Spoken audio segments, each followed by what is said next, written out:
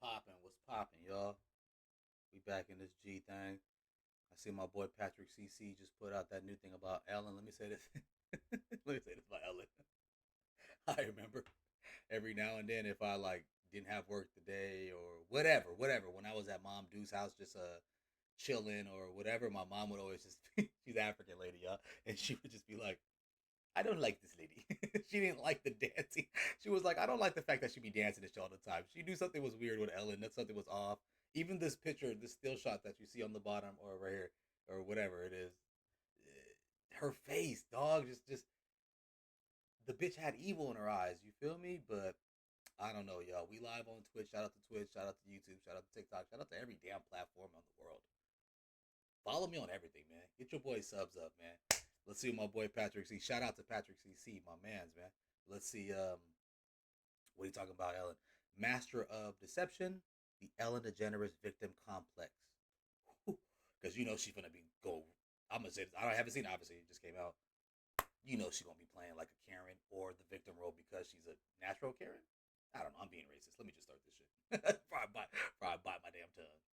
Public figure at some point has to simplify their entire brand and public perception to a few personality traits. Ellen DeGeneres, for most of her career, could be described as Don't lie, when she did the dancing at the end, when she walked over the table, that shit used to irk me for some reason. Anyways. as friendly, funny, and altruistic. She infamously branded two very simple words as her mantra to live by: be kind. When I say be kind to one another, I mean be kind to everyone. Just be kind. But the act of being kind also has great benefits. Try to do something kind this week. But we learned that Ellen made some exceptions to her always be kind rule. Be kind, unless it's her employees who accuse Ellen show producers of mentally abusing and sexually assaulting them. Be kind, unless there's a funny opportunity to humiliate a fan on live television. Be kind, unless she can force a pregnant woman to drink alcohol on television. Be kind, well, because she has to when big brands are donating millions of dollars to her charitable causes. For 40 years, Ellen had the world convinced she was this lovable, genuine figure. She even won the Presidential Medal of Freedom. But as time went on, the cracks in the facade began to slowly emerge, and the world finally saw her reality behind the mask. The empire she built in 4 decades came crashing down in less than a year, and to this day, she believes that she is the victim.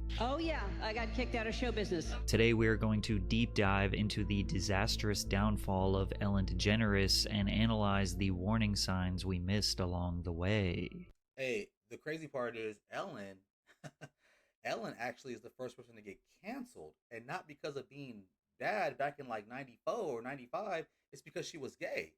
She was the first one. She got canceled because she was gay, guys. Literally kicked off the show. Remember on the show she was dating a dude. Got kicked off. She tried to play and was like, nigga, I remember when she just disappeared. I think we'll say I'm in elementary, middle school. I don't know. But just Ellen disappeared. Boom, she got fired. There's no more show. She just disappeared. Maybe, I don't know the comedy scene at the time. I'm a kid. I'm sure she's just probably doing little venues, little shows. And then out of nowhere, she just came on early morning show, whatever it's called, daytime TV. And I was just like, oh shit, Ellen's back? And then the rest is history, as they say. Ellen had no idea what she wanted to do with her life at the age of 23. She worked various odd jobs out of necessity. She painted houses, worked in factories, worked as a bartender, and even sold vacuum cleaners, but could not find any purpose for her life. That is, until she discovered stand-up comedy. Have you always wanted to do comedy? No, I really didn't. Until I got on stage, until I was talked into it, because I didn't want to, do it until some friends said, we're having a benefit, we need to raise some money, and I don't even know what the benefit was for. It was like, I think somebody needed a new pair of jeans or something at the time. And I went on stage, and I don't even know what I did, but it was funny at the time. I loved it. It was just the greatest feeling, and it just fell in my lap. Everything just kept happening, and so. Most people who pursue an art form typically have a deep passion for it. Some comedians even see it as survival. They struggle to cope with the stresses and complexities of real life, and comedy is a necessary escape. Ellen lacked passion and was decently funny. This seemed like a pretty good job that was working, so why not keep pursuing it? Ironically, this type of mentality is perfect for someone to move up in the ranks in any industry. When you are not deeply or personally attached to your work or art, You are willing to make the necessary sacrifices for growth. In the perspective of a comedian, some may deny a movie or TV role because it's too corny, too unfunny, or just generally a bad look regardless of the opportunities it will bring and the revenue they will generate from it. Ellen was not that type of person. If there was an opportunity, John Duarte isn't looking out for what I tell you guys, 100 subscribers on this new YouTube channel, my reaction channel, my review channel, whatever you want to call it, and I'm going YouTube Premium. Show me you want to rock with your boy, and I'm going to show you that I'm a commit to my craft. Now you're probably thinking, why don't you just do it anyways, nigga? That shit is $20 a month. On top of all the other bullshit I'm paying for. So, man, bless your boy. Click the sub button. And we finna eat. And we ain't gotta watch this bullshit ass commercials about power. Let's get it cracking up. she was going to take it. In the 1980s, she started performing stand-up comedy in New Orleans and gained a huge boost in popularity when she won Showtime's Funniest Person in America contest in 1982. This national visibility led to her doing stand-up shows around the country. In the 80s, doing a set on Late Night with Johnny Carson or David Letterman was a rite of passage for comedians. It was seen as a major milestone that often led to a professional career in comedy. In 1986, Ellen got her opportunity. That whole fitness thing runs in my family, though, I think. That my grandmother started walking 5 miles a day when she was 60. She's 97 today, and we don't know where the hell she is. That's an old 90s joke right there. I'm kidding. We know where she is. She's in prison. But, I'm kidding again, you know. I kid a lot because I'm a comedian. Ellen's style of comedy seemed like someone who was truly indifferent, like she didn't care to be on the stage. This could be perceived as confidence. Someone who is unafraid to fail or tell a bad joke. Combine that with the fact that she was a woman in the 80s, a time where women weren't exactly dominating the comedy industry, and opportunities came pouring in. Today's video is sponsored by Aura, and she's different. Because you have to remember, Roseanne, for example, was doing super duper raunchy comedy when it was not a lot of women, and the other girl too. Ooh, I forgot her name. She has like big teeth, kind of like separated teeth, whatever. Famous. She's always talking about sex and stuff like that. Ellen was different. She came at it a little different. She came at it with straight comedy, not selling sex. Glory Hill, which only lasted one season. Her newfound fame earned her an HBO special in 1992 called One Night Stand. I was in the back and I went to the kitchen to get some lemonade, and you see Brendan Shaw? You idiot. She got discovered in 82. Didn't do a special until 92. You got forced to be a comic by Joe Rogan. You put out a special 4 months later, and it's the reason now you do a card show. Shit. In the kitchen was my dad, my mom, all my brothers and sisters just standing there staring at me, about Brendan to start Shaw, laughing. And I was like, yeah. What? I was 7. I didn't know. And my dad said, Ellen, honey, you were adopted and we've never liked you. So we've sold you to a tribe of Iroquois Indians. They'll be here to pick you up in about an hour. We're going to go to a movie. Bye-bye. Good luck.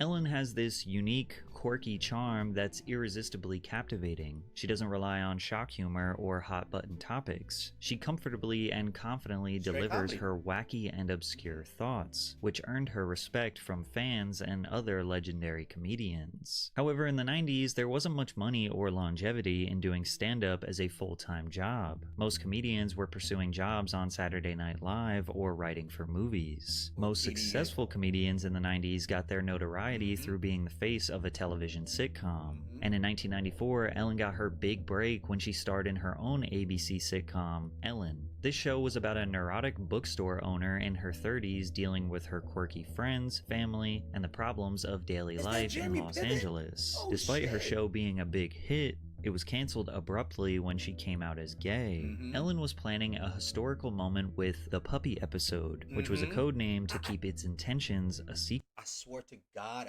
it's you guys know when you're just in that moment in life. I swear to God, I remember this shit. I remember watching it. It's a trip, and then she's just like I'm spoiler alert. She jumps into the microphone and says, "I'm gay," and on the TV, and on my mama, disappeared like I've never seen before, bro. It was crazy. In the summer of '96, DeGeneres opened negotiations with ABC and Disney to have Ellen Morgan, her character, to come out as lesbian during season 4. Word of the secret negotiations leaked, sparking a media frenzy of speculation as to whether or not Ellen was gay and how that would impact her career. Gay activist groups like GLAAD started campaigning in support of her historic moment. The buzz and build-up to this episode permeated throughout the industry. Everyone knew it would be a historic moment. Famous actors were lining up to be in the episode to show support, and the two-part series saw multiple cameos from very famous celebrities. But the most important cameo was none other than Oprah, who Ellen herself said would give the announcement its legitimacy and would not be treated as a joke. Still, a bomb threat was phoned into the studio during production, and director Gil Junger recalled getting a phone call from someone who told him he was going to hell. 16 days prior to the episode airing, she made the cover of Time magazine, also announcing her coming out. 1 week before the episode, she did an interview with Diane Sawyer where she discussed her sexuality. I know what it feels like to try to blend in so that everybody else will think you're okay and they won't hurt you. Fact-checked and verified. Yeah, boy, subscribe, man. I can't believe this is the rollout they had to do in order to, you know what I mean? That's crazy to me. The rollout they had to do in order to say you was gay. Well, now I don't think you could be in Hollywood if you straight, for real, unless you got to be a trainee or something like that. That's the only way you can get on in Hollywood nowadays. This shit crazy. So you either got to be gay, a black trainee, or I don't know. Decided that this was not gonna be something that I was gonna live the rest of my life being ashamed of. When the puppy episode aired on April 30th, 1997, Ellen made history, becoming the first lead character on American television to come out of the closet. I mean, what is wrong? Why do I have to be so ashamed? I mean, why can't I just say the truth? I mean, be who I am. I'm 35 years old. I'm so afraid to tell people. I mean, Susan, I'm gay. This episode was the highest rated episode of any show on the network in 1997, drawing an astounding 42 million viewers. Damn. The very same day when that episode aired, she did a sit-down interview with Oprah where they discussed in detail the process of her coming out. Despite the historic moment, the show's advertisers were dropping like flies. Chrysler, McDonald's, Coca-Cola, JCPenney, Domino's, Ford, and General Motors all decided to stop advertising on The Ellen Show because of this episode. And after the puppy episode, Ellen's ratings began to dwindle, and 1 year later, ABC canceled the show. Entertainment Weekly put her on their cover in a similar pose to the iconic Times cover, but this time the caption was, "Yep, she's too gay." Ellen began making public appearances alongside her girlfriend and actress Anne Heche. She was officially free. The couple were seen as trailblazers for LGBTQ rights, which was noble, but it wasn't exactly helping Ellen's career. Ellen's career was on a downward trajectory after coming out. She had ancillary roles in various unpopular films and TV movies. It's unclear if she was being blacklisted by the industry, or if the movies she was cast in were just bad, or if she was just a bad actor. Could have been a little mix of all three. But the only person whose career died harder than Ellen's was her girlfriend's. In the late 90s, Anne Heche was starring in hit after hit every year. Donnie Brasco, Volcano, I Know What You Did Last Summer, Wag the Dog, 6 Days, 7 Nights, among other 90s cult classics. But as Anne began dating Ellen, she seemingly disappeared overnight. Many years later, Heche described her relationship with Ellen, claiming that Ellen wanted her domesticated, isolated, and alone. What happened was that I was, through the circumstances, shut out from things that I cared about, and in order to make her feel that she was being loved, I would erase those things from my path, such as acting, and replace them with things that I thought would give her a foundation. As we got further and further away from me being able to be in public the way that would please, I began getting further and further away from my friends and my friendships.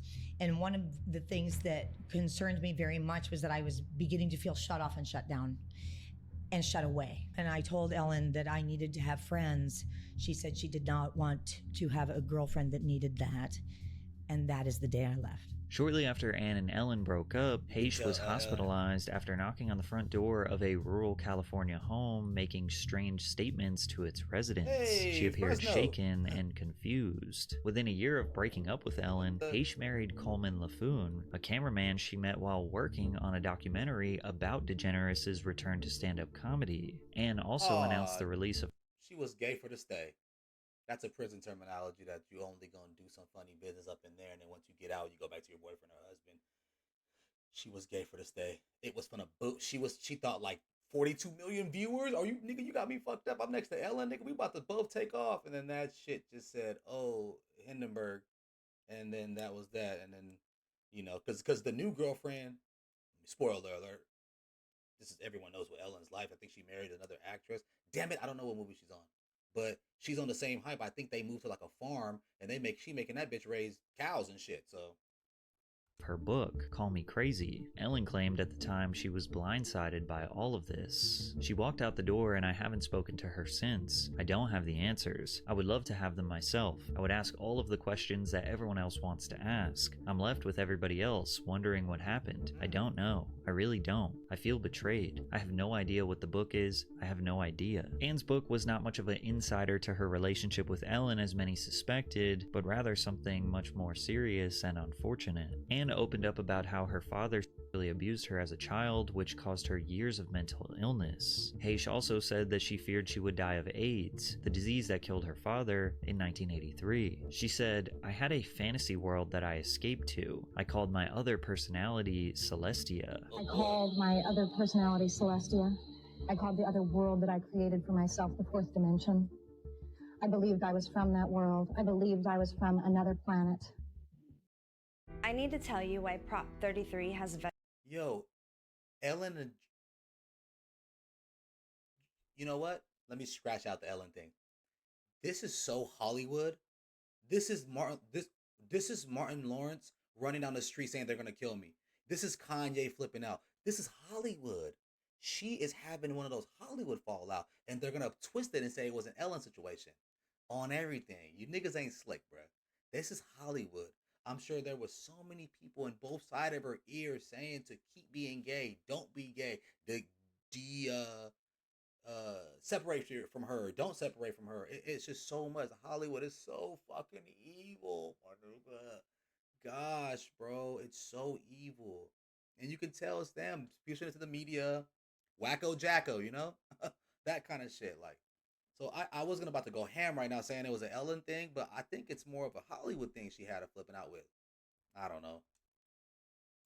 I think I was insane. Ann struggled with her mental health publicly for many years after their breakup. Or it could be Ellen. She also struggled with substance abuse. At the time, most people sided with Ellen and just said that Ann was the crazy ex-girlfriend. Some people even claim that Ann was blacklisted because of Ellen. But Ann Heche was in 40 movies and had more than 15 regular roles on various episodic series for the rest of her career. She was getting jobs and remaining active, just none of her performances outshined her 90s roles. After the breakup, Ellen released her second major stand-up special, The Beginning, which was symbolic of a restart in her career. When you are down there, there are times you do not believe you will ever get up again.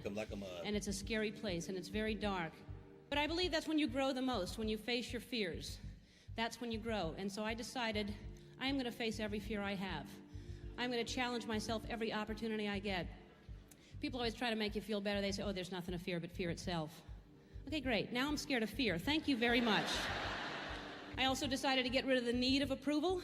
That is a strong addiction, the need of approval, isn't it? That I'm on the patch right now, actually. It releases small doses of approval until I no longer crave it, and I'm going to rip it off. However, she seemed to slightly lose that off-the-wall, self-deprecating, and slightly dark humor. Many jokes became metaphors for societal change that resulted in clapter. Clapter is when you make a really good point and everyone claps, but they're not laughing because what you said wasn't funny. It was just something that you believe. She had a slight resurgence in 2001 with the launch of... That's the most gangster shit I ever heard in my life. I don't know who that lady is, I don't know if she created that. That shit was tight.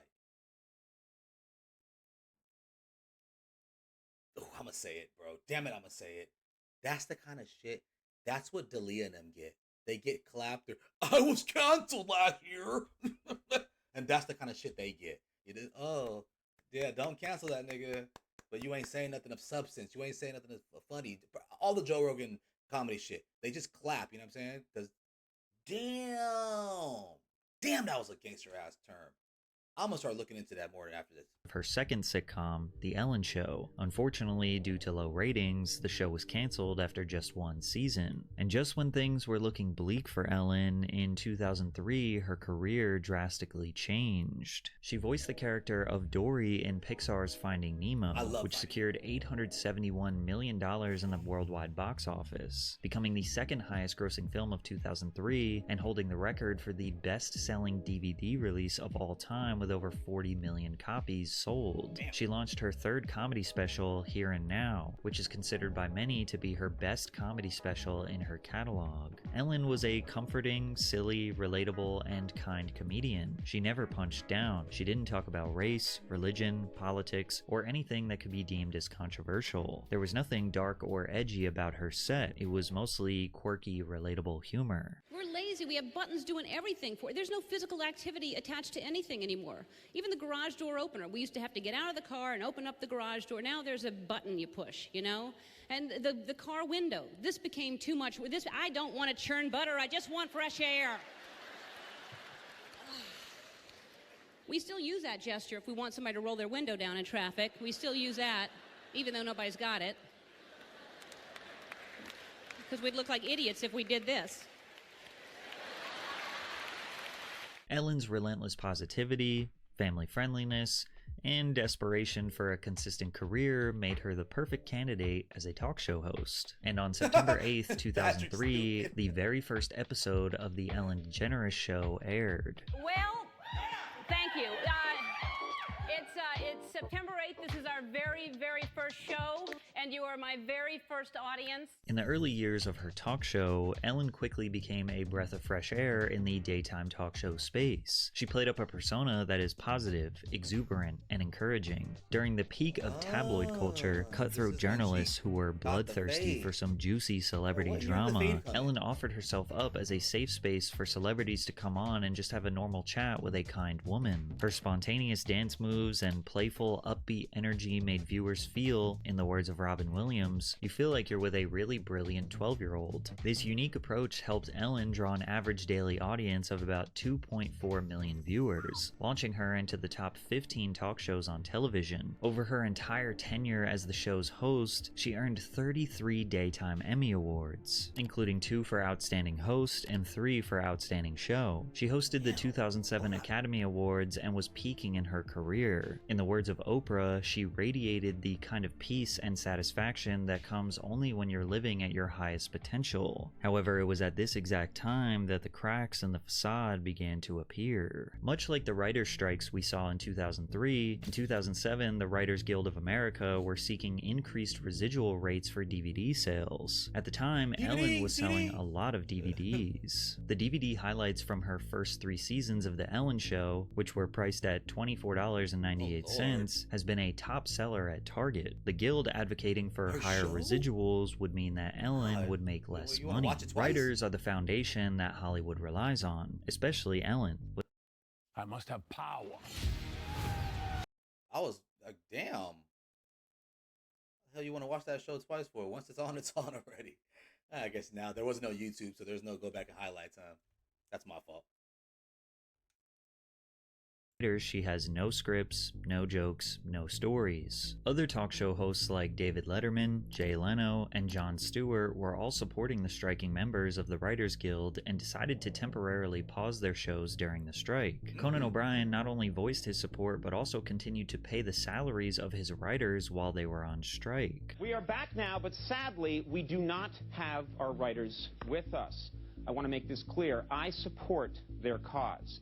These are very talented, very creative people who worked extremely hard I believe what they're asking for is fair. But not Ellen. Ellen demanded the show must go on, telling her audience there's a writer's strike going on, and here in Los Angeles, it's a huge story. I want to say I love my writers. I love them. In honor of them today, I'm not going to do a monologue. I support them, and I hope that they get everything they're asking for, and I hope it works out soon. In the meantime, people have traveled across the country. They've made plans. They're here. I want to do everything I can to make your trip enjoyable and give you a show. Some people look at this as a positive thing. She has over 100 staff members that would not get paid if she decides to stop the show. Plus, she was also syndicated and could have contractual obligations to keep the show running. However, others see this as counterproductive to a strike. I mean, sure, she says that she supports the people who literally make her show function, but the whole point of a strike is to stop working and for powerful people to stand in solidarity with the strikers to demand change. Because of the Ellen Show continuing, some of her employees began revealing what life is like behind the scenes of the Ellen Show. A former writer for her 2001 sitcom said, "We'd watch her in rehearsals, smiling and winning us over with her charm and comic timing. Then the director would yell cut, her face would fall, and she'd level a glare at the writers. Like why do you keep writing these unfunny jokes?" On one hand, you could see her as disingenuous, fake, and rude. On another, you could see this as blunt, harsh, but essential criticism from a boss to her employees. However, this next accusation paints her as a malignant opportunist. Ellen connected with a talented writer on her show, put his jokes into her stand-up act, used his words to fill 2 pages in her book, then promised him a job on her new show. When he met with a low-level producer, they said he didn't have the right experience, and Ellen pretended she couldn't do anything to help. And remember, this was all the way back in 2007. Most people probably didn't know about these accusations, and even if they did, they probably wouldn't have believed them. Ellen was too graceful, too kind. Surely she is exactly the same way off screen. So for the next 10 years, Ellen dominated the entertainment industry with no dents in her armor. In 2011, Oprah Winfrey's show officially ended, and it seemed like Ellen would take her spot as the queen of daytime TV. Although Ellen mostly covered entertainment, not much politics or social issues, she seemed to be the second best option to watch after Oprah stepped down. Additionally, she and Jimmy Fallon were quick to use YouTube as a tool to grow their presence amongst the youth. I would guess the majority of you watching have never watched an episode of The Ellen Show in your life, but you have seen countless clips of the segments uploaded to her YouTube in the past decade. She amassed 23 billion views on YouTube through her celebrity interviews, musical performances, and talented guests. In the 2010s, if anyone went viral, they would be on Ellen the next week, no matter how boring or uninteresting their story was. Nearly every single one of these interviews would end with Ellen giving them some sort of gift, like when she gave the Damn Daniel kid a lifetime supply of Vans sneakers, or when she gave Mary Catherine Backstrom, a woman who went viral on Facebook for a funny video, $20,000. Now, some people only think that she's giving away this money because the brands are sponsoring the show and essentially using this charitable contribution as an ad. This was extremely evident the time she had a college student on her show who had been donating blood for 6 months just to pay for a computer, buttered her up to announce that Shutterfly was going to pay her tuition, only for her producer to say that's not the case. Wow, that's a lot of college. It's a lot, Yeah, how much is tuition? It's like more than $50,000 right now. I get a little bit of financial aid, but yeah. It's a lot. Yeah, it's a lot. Well, it's a lot. Yeah. And your story is very sweet. And so I talked to my friends at Shutterfly. They want to help pay for. I'm sorry. No, you can't. This can't be real. What does that mean? No. I just okay. So this is awkward, but so we're going to give you a computer. I mean, we have the computer. I have a computer, but okay, but it's a nice, it's a nice computer. If I had the kind of money Ellen has, I would have said, well, I made a mistake. Shutterfly isn't going to help pay your tuition, but I absolutely will. Then again, this is just one mishap amongst literally thousands of charitable contributions Ellen has made throughout her career. It has been a large part of what makes her so loved. Ellen supports people and families who are facing difficult times, or those she feels need to be recognized for their good deeds and hard work for their communities. After the devastating Trill shit. Like the Damn Daniel thing, Ellen is always the first person because a lot of them be young, so you can't have them really go to Conan late night at the time, or Jimmy Fallon, who's in New York, or even like Kimball because he's kind of raunchy. You can have kids who went who went viral for something like a Damn Daniel or something like that, or then you can. She would always have these kids on, or when I remember like the little kid was singing, or even that Mexican dude or the Puerto Rican dude in New York or whatever, the basketball player who's hella weak now. He's a little dude or whatever, and he was just dribbling and being hella good. I forgot his name, but he's hella trash now, and she's the reason why he got put on. He thinks he's a celebrity and whatnot, and it's because of her. She was on Ellen's show and whatnot. She gave a nigga some kicks or some balls, basketballs and shit, probably a basketball court. Nigga, I don't know. I just know she did used to put niggas on though. You know what I'm saying? Early in the game. Hurricane Harvey in 2017 that tragically took the lives of 107 people, Ellen, Walmart, donated $1 million to J.J. Watt's relief fund for the victims. Walmart and Ellen also gave all of these girls 4-year full-ride scholarships to university. We've never done anything this big before. We reached out to the people at Walmart, and they want to give each one of you a 4-year scholarship. Ellen and Shutterfly gave $22,000 to pay the student debt of a Sudan refugee who taught herself English by watching Ellen. She was also very passionate about wildlife conservation. I am determined to do something about this. I am posting this picture on Instagram. If you're as outraged as I am, please repost it, retweet it with the hashtag #BeKindToElephants. And for everyone who does, we'll make a donation to the David Sheldrick Wildlife Trust to help protect elephants. And if you're not...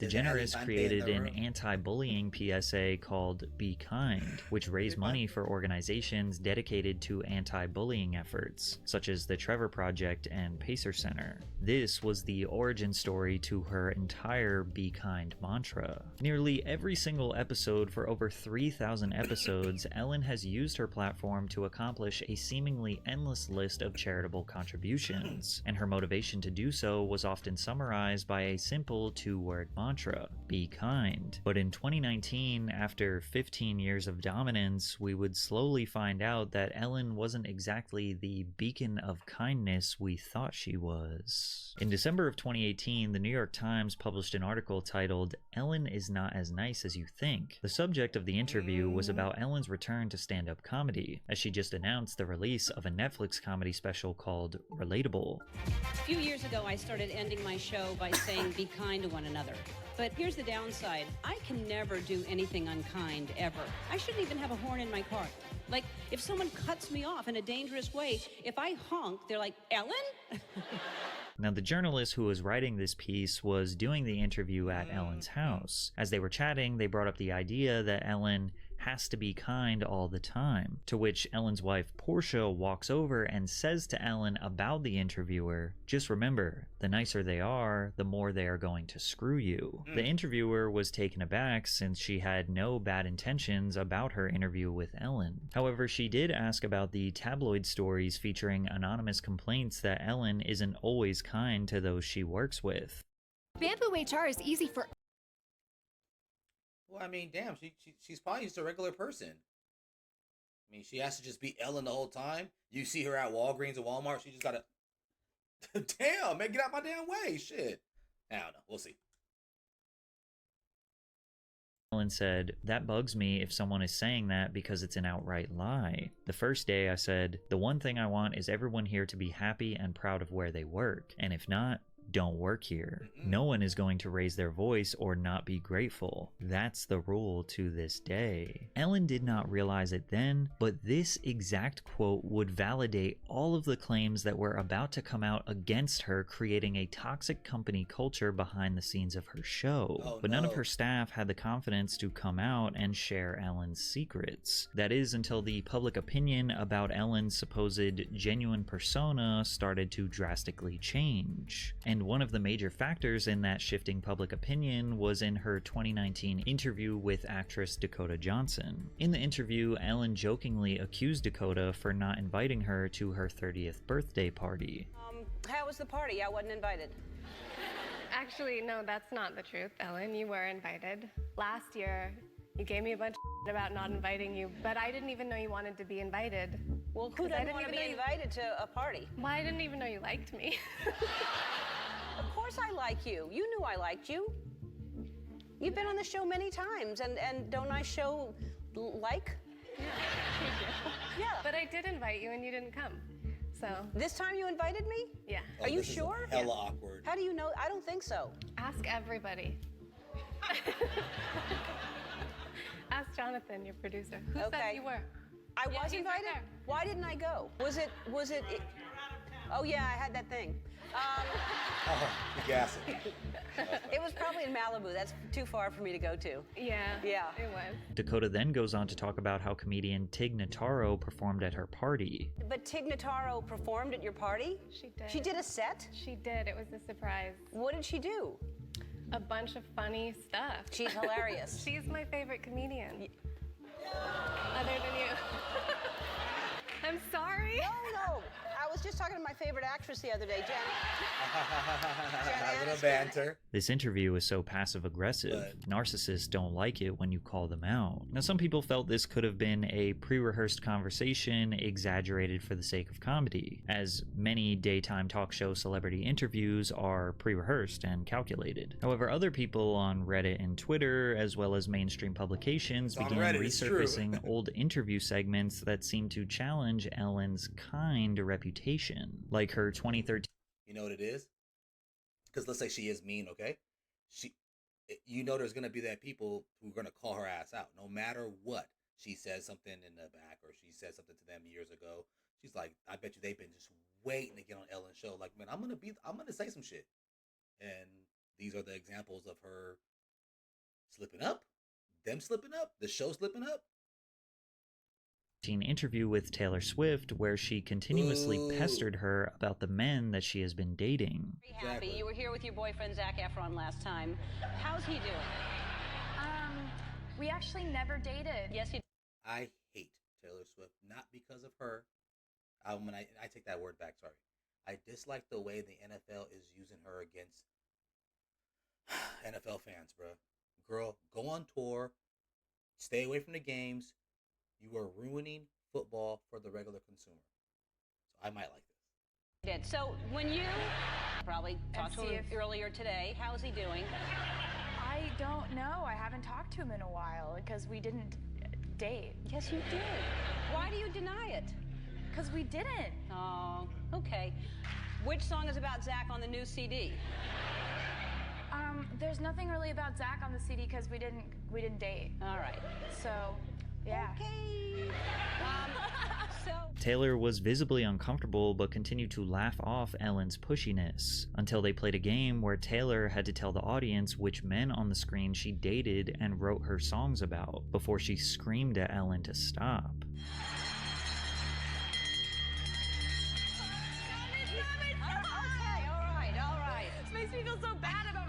Another old interview with Mariah Carey resurfaced where Ellen put her in a similar uncomfortable and inescapable situation. In 2008, rumors had been circulating that Mariah Carey was pregnant, but nothing was official. So during their sit-down, Ellen brought up the topic to try to get an exclusive bit of information. You're pregnant. There's rumors. Don't discuss that. All right, well, you don't have to answer. No, that's okay. No, honestly, you don't have to answer. Let's just toast with champagne and decide if... They've been saying that since we... I wonder why that her and Nick Cannon was like, it was low key. It's like she was kind of embarrassed to date him or something, because she was Mariah and he was Nick. Now he's Nick. You know, she brought him up, but it was very secretive back in those days when they first started meeting and she got pregnant and whatnot. Mariah didn't want to discuss it, but Ellen wouldn't let up. I'm not going to ask you if you're pregnant or not. I'm just going to say. You see what Ellen is doing? This is peer pressure. No. Let's toast to you not being pregnant. If you're not pregnant, then we should. My goodness. Mariah is now in an awful situation. Either she drinks the alcohol while pregnant or turns down the drink, essentially proving that she is pregnant. All right, go ahead. Okay, cheers. Cheers. It's too early for me. I only drink it after 3 p.m. Yeah.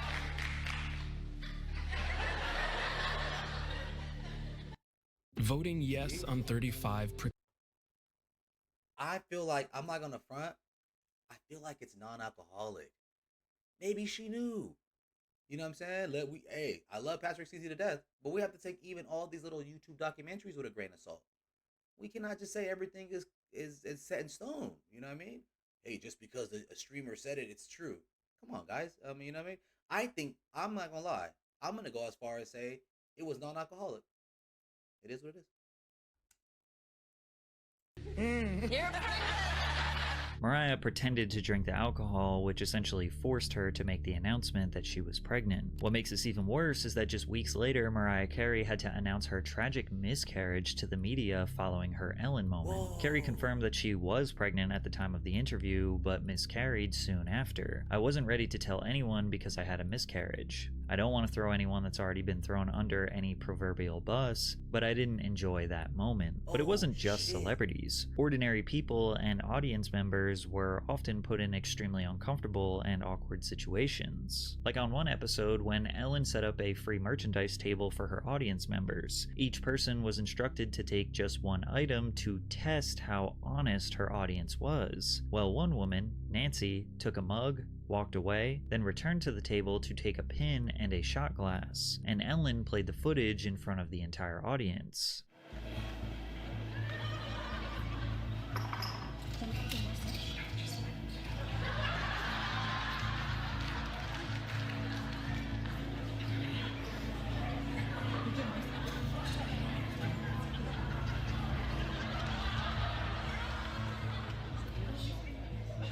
Then she goes back and she returns one of her stolen items and she switches it out for a hat. All right. Hi.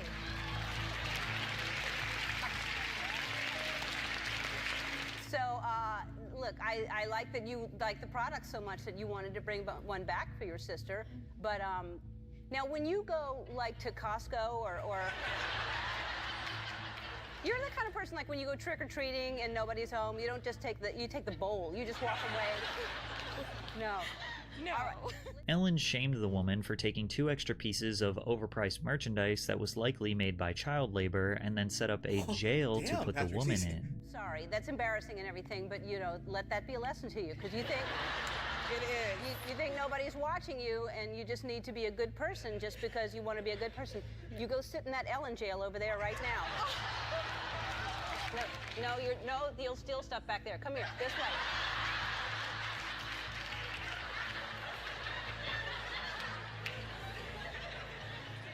Oh my God, What's this is your embarrassing. sister's name? Anna.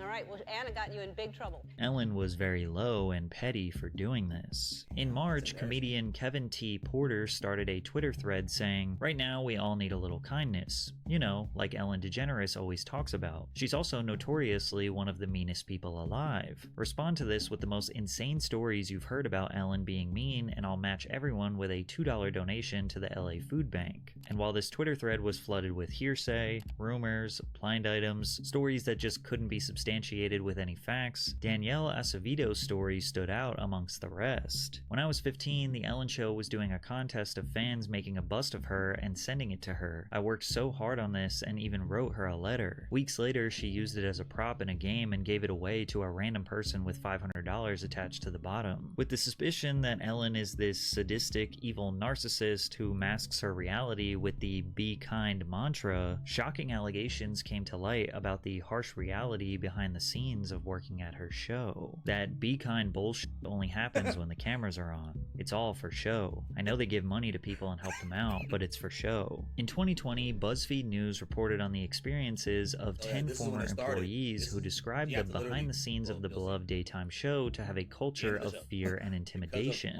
A black woman who used to work on the show told BuzzFeed News she experienced racist comments, actions, and multiple microaggressions. She said when she was hired, a senior level producer told her and another black employee, "Oh wow, you both have box braids. I hope we don't get you confused." And at a work party, she said one of the main writers told her, "I'm sorry, I only know the names of white people who work here." And other co-workers awkwardly laughed it off, instead of coming to her defense. When she started to speak up about the discrimination, she said all of her colleagues distanced themselves from her. Multiple employees corroborated that producers and executives pushed the idea that employees should feel lucky to be employed by Ellen, that working for her is reaching the peak of the entertainment industry, and if you didn't constantly express your utmost gratitude, you were ignored, treated unfairly, or fired. And thinking back to that 2018 quote that Ellen said, you know, no one is going to raise their voice or not be grateful, that's the rule to this day, seemingly validated the idea that there was a culture of fear. I never felt like it was safe to go to my manager when I had issues, because this was the same person who would wait for me to go to the bathroom and then message me, asking me where I was and why I wasn't at my desk, one employee said. The employees who spoke to BuzzFeed News says they worked in a culture dominated by fear. One of them said a general feeling among staffers was, if you have an issue,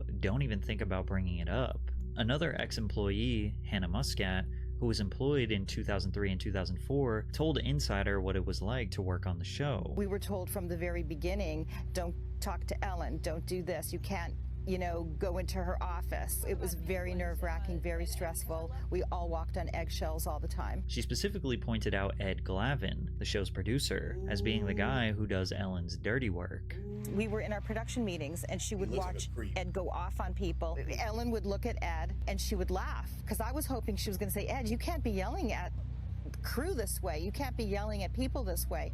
She laughed and she said, every production needs their dog. Meaning Ed is her dog. Like her attack dog. Her attack dog, so therefore she doesn't need to do that. He took the role of being the attack dog, that she didn't have to now be the attack dog. So she didn't have to yell. So when Ellen says she's not aware of this environment, you don't think that rings true? It's a lie. Even more allegations poured out about Ed Glavin, but it was a little more than just toxicity. BuzzFeed released a second report where 36 employees accused executive producers Ed Glavin and Kevin Lehman of sexual misconduct. 5 former employees said executive producer Ed Glavin touched them in a way that made them feel uncomfortable by rubbing their shoulders and back, as well as placing his hand around their lower waist. Basically, Glavin had a reputation for being handsy with women. You could definitely see the creep factor and the creepy touching. That was out in the open for everybody to see. One former employee who said Glavin regularly touched her in the control room told BuzzFeed News, obviously nobody wants that and no one wants to be uncomfortably touched by someone, but you didn't want to piss them off or you would be fired, so it was just that culture of fear. And if that wasn't bad enough,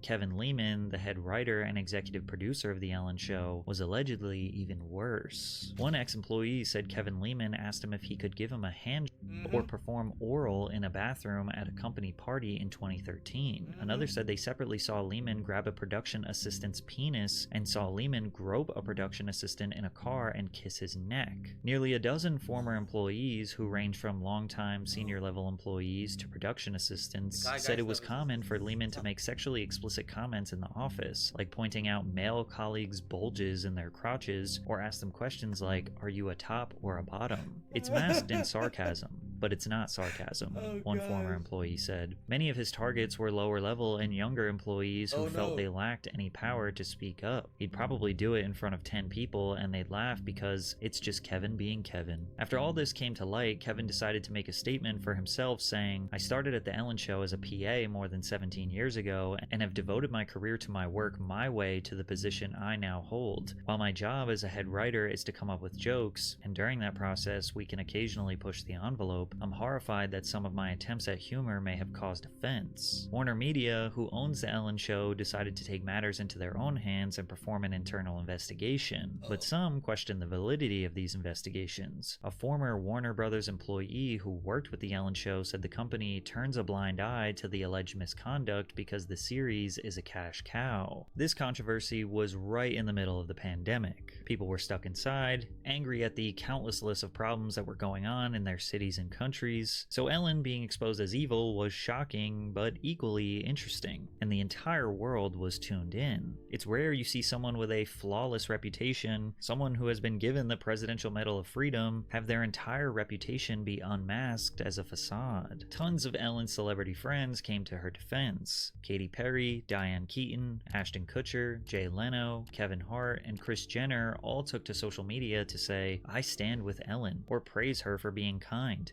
honest, and courageous. But many people didn't really care how Ellen treated her rich celebrity friends, as it was her hardworking employees that were the ones being allegedly abused behind the scenes. Ellen's first public acknowledgement of the controversy came from a letter to her staff, which was later shared with the media. In that, she writes, "My name is on the show and everything we do, and I take responsibility for that. Alongside Warner Bros., we immediately began an internal investigation, and we are taking steps together to correct the issues. As we've grown exponentially, I've not been able to stay on top of everything and relied on others to do their jobs as they knew I'd want them done. Clearly, some didn't. That will now change, and I'm committed to ensuring this does not happen again." A few days later, she would post a direct apology to the rest of the world. I am so sad, and I am so angry. This shit looks so fake. And I know I'm not going to say the right thing. I know that there are going to be a lot of people who are going to be in disagreement with what I say, but look at the house. I have a platform and I have a voice, and I have always stood for equality. I have always wanted to be the voice for people who felt like they didn't have a voice, because I know what that feels like. And maybe you don't agree with how it's coming out, but you have to understand it, and then we can heal it. I'm just so sorry that it's come to this. I really don't know what to say other than this has gone on way, way, way, way too long.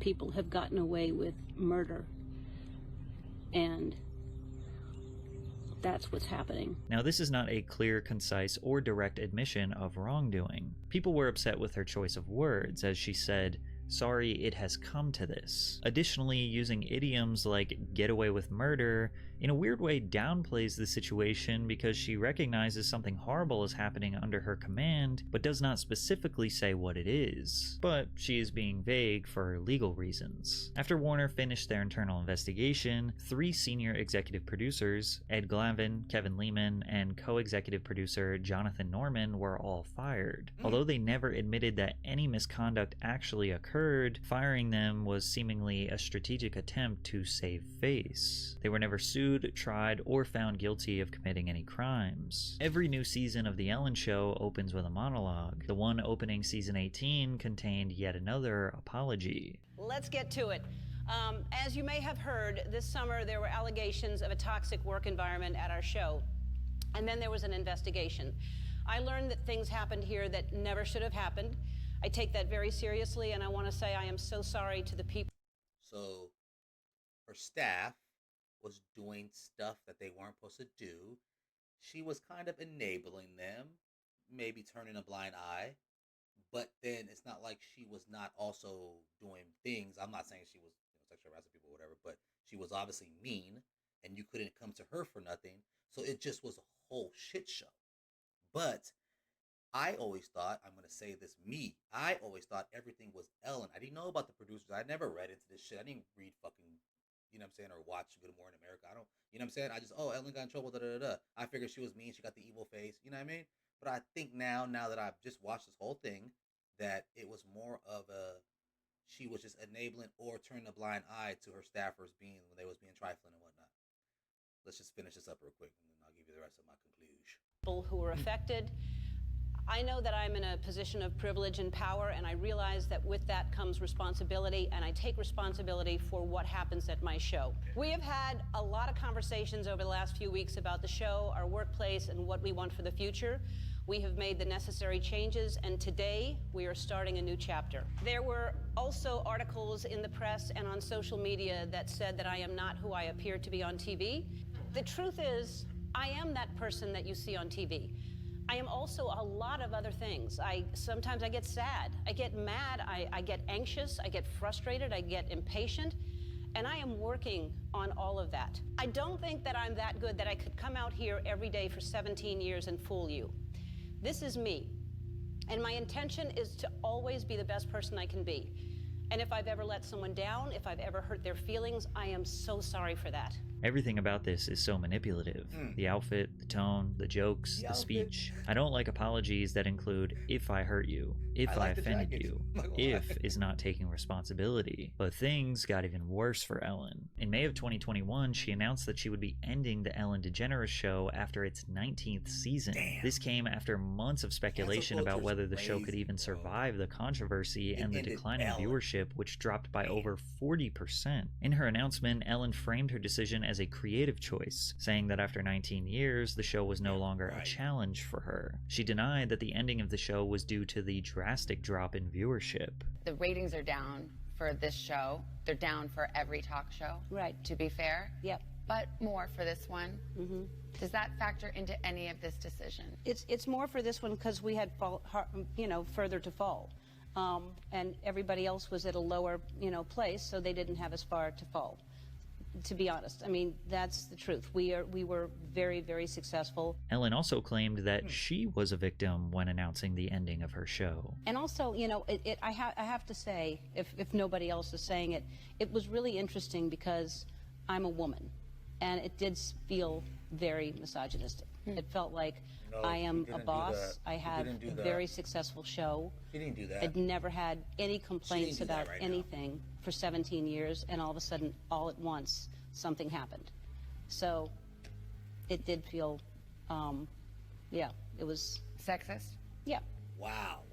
I mean, I just... That's so... I don't know. Condescending right there. Did feel weird. These passive-aggressive comments seem to contradict her previous sentiments of, I take responsibility for everything. It seems as if she tried to approach this controversy the right way or the smart way by taking accountability, firing those who were accused, and she just kind of hoped that things would go back to normal. But then her show's viewership declined drastically to the point where it only made sense to cancel the show. And anyone would be upset if they had to cancel their show. And it's easy to understand that after 19 seasons, it's pretty upsetting for the show to go down like that. Seems like Ellen is kind of bitter. Kind of upset.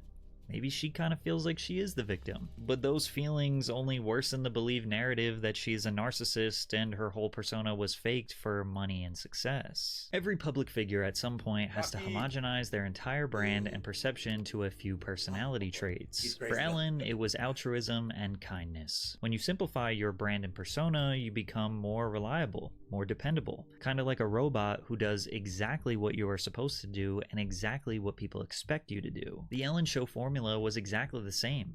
Had the same tempo, the same energy, the same positivity, for over 3,000 episodes. The reason there was so much backlash towards Ellen was not because people suddenly found out she was actually mean behind the scenes. It's because her entire existence was centered around caring for other humans, giving back to those in need, listening to people's hardships, and then using her resources to provide help for them. And then the employees who worked for and built this amazing program that Ellen has generated hundreds of millions of dollars from, they were being mistreated, not listened to, and potentially at worst sexually assaulted. Therefore, her opposers felt that that was an obvious sign that her entire persona was all just a facade for money, whereas others think that the employees could be over-exaggerating. The accused were never found guilty of any crimes, and working on a major TV production is going to be hectic, stressful, with expectations for a high performance. Plus, when the allegations came up, she seemingly handled it as professionally as possible. She did an investigation, fired the 3 accused producers, and established new protocols that would make sure that everyone on the staff would be treated with respect. She seemingly took responsibility and made the changes. What more can she do? They say that even if Ellen's persona is fake, her good deeds and charitable contributions are still a net positive for society, regardless of the intentions behind them. After her show officially ended, Ellen had remained silent for the past few years. However, tomorrow, September 24th, she's releasing her final comedy special,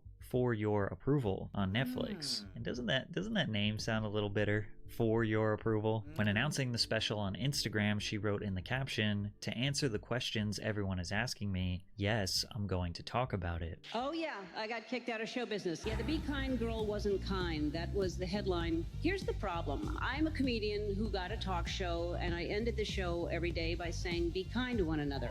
Had I ended my show by saying, go f*** yourselves, So we will see in this special if she's going to essentially bow out of the entertainment industry with a little bit of grace and humor, or claim herself as a victim of the evil cancel culture mob. Damn, I'm thinking I want to watch it. First of all, I didn't even know she had a special coming out. Today is the 23rd of September. I am gonna watch it. I want to watch it. I don't like to watch weak comedy specials or weak comedians, but I'll give everybody a chance. You know what I mean? I was gonna say something about it. That's why it sounds weird what I'm saying right now. But anyways, another great video by Patrick CC, man. As always, give that boy a subscribe. Give the kid a subscribe. Shout out to everybody that's on Twitch. Shout out to everybody that's on TikTok. Shout out to everybody that's on YouTube. As you see right there, you see him. Boom, boom. That's all my stuff. That's all the handles. Follow me on IG. I just got back from San Diego. I got some good pictures on there. Appreciate y'all. One love. Peace, y'all.